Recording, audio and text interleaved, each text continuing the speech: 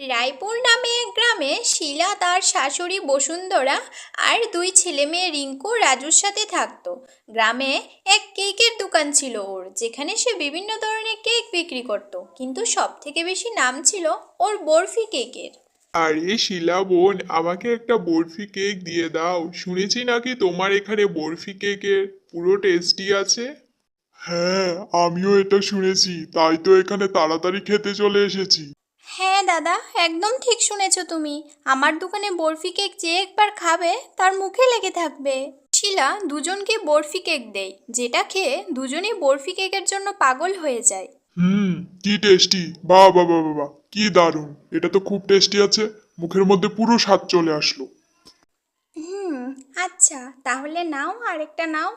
আমরা তো এখানে নতুন নতুন এসেছি, আজ থেকে প্রতিদিন তোমার এখানে আসবো কেকের দোকানে এসে এই সুস্বাদু কেক খেতে। এটা তো দারুণ সুস্বাদু টেস্টি। কি ঠিক বললাম না? হ্যাঁ নিশ্চয়ই, কেন আসবেন না। আর ধন্যবাদ আমার বরফি কেকের প্রশংসা করার জন্য, আর আবার আসার কথা বলার জন্য। শিলার স্বামী মাতাল ছিল, তাই ওকে আর ওর পুরো পরিবারকে খুব বিরক্ত করত। একদিন সে যখন মাতাল হয়ে রাস্তার মাঝখান দিয়ে যাচ্ছিল, তখনই একটা বড় পাথরের সাথে ধাক্কা লেগে যায় আর সে মারা যায়। তারপর থেকে শিলা নিজের বাচ্চা আর শাশুড়িকে একাই সামলাতো। বৌমা, এসে গেছিস? আজকের দিন কেমন ছিল? খুব ভালো মা। আর জানো, আজকে না একটা বিদেশি এসেছিলেন, আর ওরা আমার বরফি কেক এত ভালো লাগে যে ও ভিডিও বানিয়ে নেয়, আর সেটাকে ওই যে কি যে বলে না, মানে ওই যে, হ্যাঁ ওই সোশ্যাল মিডিয়াতে, হ্যাঁ ওটাতেই দিয়ে দেয়। বাহ বাহ বাহ বাহ বাহ বাহ, এটাই ভালো, এভাবেই উন্নতি করিস। দেখবি তোর এই বরফি কেক পুরো জগতে ছড়াবে। ঠিক বলেছ মা। আয়, তাড়াতাড়ি হাত পা ধুয়ে নে, আমি খাবার বাড়ি। তোর দুই রাজা রানী খেয়ে টেয়ে খেলতে চলে গেছে। কাল স্কুলে ছুটি বলে আজ দেরি করে শোবে বলেছে। আচ্ছা, তুমি কেন খাবার বানাতে গেলে? কতবার বলেছি এইভাবে নিজে কষ্ট করে করে রান্না করতে হবে না, নিজের শরীরের খেয়ালটা রাখো। আমি বিকেলবেলা ঘরে এসে সব কাজ করে দেবো তো, তুমি কেন চিন্তা করো? তোমার শরীর তো এখনই খারাপ হয়ে গেছে। আরে বৌমা, তাতে কি হয়েছে? তুইও তো কাজ করে আসিস না।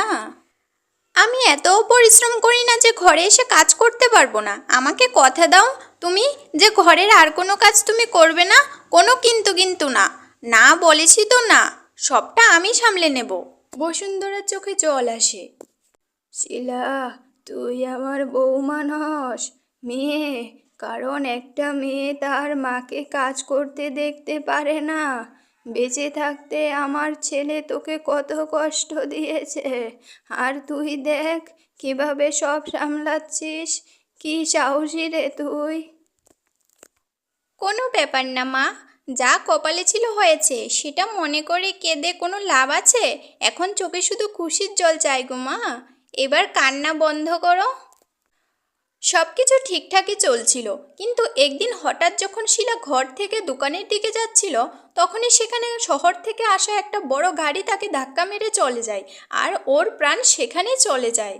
রক্তে মাখা শিলাকে দেখে গ্রামের সবাই সেখানে চলে আসে, আর ওকে একটা গাছের ছায়ায় নিয়ে আসে।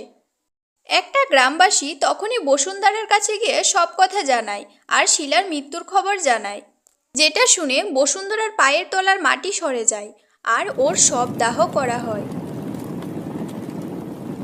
এদিকে শিলার মৃত্যুর পর বসুন্ধরা খুব ভেঙে যায়, আর প্রতিবেশী বিমলা এসে ওকে সান্ত্বনা দেয়। কোথায় চলে গেলি শিলা? একমাত্র তুই ছিলি আমাদের সাহারা, এখন আমরা কোথায় যাব? নিজেকে সামলাও বসুন্ধরা কাকিমা, তুমি যদি নিজেই এভাবে ভেঙে পড়ো, তোমার নাতি নাতনিকে কে সামলাবে? শিলা একটা খুব ভালো মেয়ে ছিল, ভগবান ওকে শান্তি দিক, আর যেখানেই থাকুক না কেন শান্তিতে থাকুক। কিন্তু শিলার আত্মা তো শান্তি পায়নি, কারণ মৃত্যুর পরও এক ডাইনি হয়ে যায়। শিলা নিজের বাড়ি গিয়ে উপস্থিত হয়, বসুন্ধরা আর বাচ্চারা ওকে দেখে ভয় পেয়ে যায়। শিলা, মা, বাচ্চারা কি হয়েছে যে আমি মরে গেছি, তারপরও আমি তোমাদের দেখাশোনা করব, কথা দিলাম। তোমাকে আর বাচ্চাদেরকে আমি কোনো কষ্ট হতে দেব না, দেখবে। কিন্তু মা, এসব কি করে সম্ভব হবে? তুই তো এখন একটা ডাইনি হয়ে গেছিস। এত বছর বরফি কেক বিক্রি করে যেভাবে তোমাদের চালিয়েছি, এইবারও নিজের রূপ পরিবর্তন করে বরফি কেক বেচবো। কিন্তু এটা খুব বিপজ্জনক হতে পারে শিলা। এই গ্রামের লোকেরা তোর হাতের বরফি কেকের স্বাদ তো জানে। যদি তুই রূপ বদলেও বরফি কেক বেচিস, তাতেও তুই ধরা পড়ে যাবি। ভগবান না করো কেউ যদি জানতে পারে যে তুই মরার পরও বরফি কেক বিক্রি করছিস, তাহলে তোর দোকান থেকে আর কেউ বরফি কেক কিনতে আসবে না। তুমি চিন্তা করো না মা, আমি আমার বরফি কেক এই গ্রামে নয়, অন্য গ্রামে বেচবো, যেখানে লোকেরা আমার হাতের বরফি কেকের স্বাদ জানে না। সেখান থেকে টাকা কামিয়ে আমি তোমাদের চালাবো। কিন্তু মা, তুই এত বিপদ কেন নিচ্ছিস? আমি সামলে নেব, কিছু একটা কাজ দেখব। তুই শুধু আমাদের সাথে থাক, আমরা কাউকে বলবো না যে তুই আমাদের সাথে আছিস। না গো মা, কিছু হবে না, আমি সব কিছু ভেবে চিন্তে করব। এটা বলেছিল অন্য গ্রামে গিয়ে রূপ বদলে এক মানুষের রূপে ওখানে একটা ছোট্ট দোকান দিয়ে বরফি কেক বেচতে লাগে। ওখানে ওর রূপের সাথে সাথে নামও বদলে নিয়েছিল। এখন ওর নাম ছিল রজনী।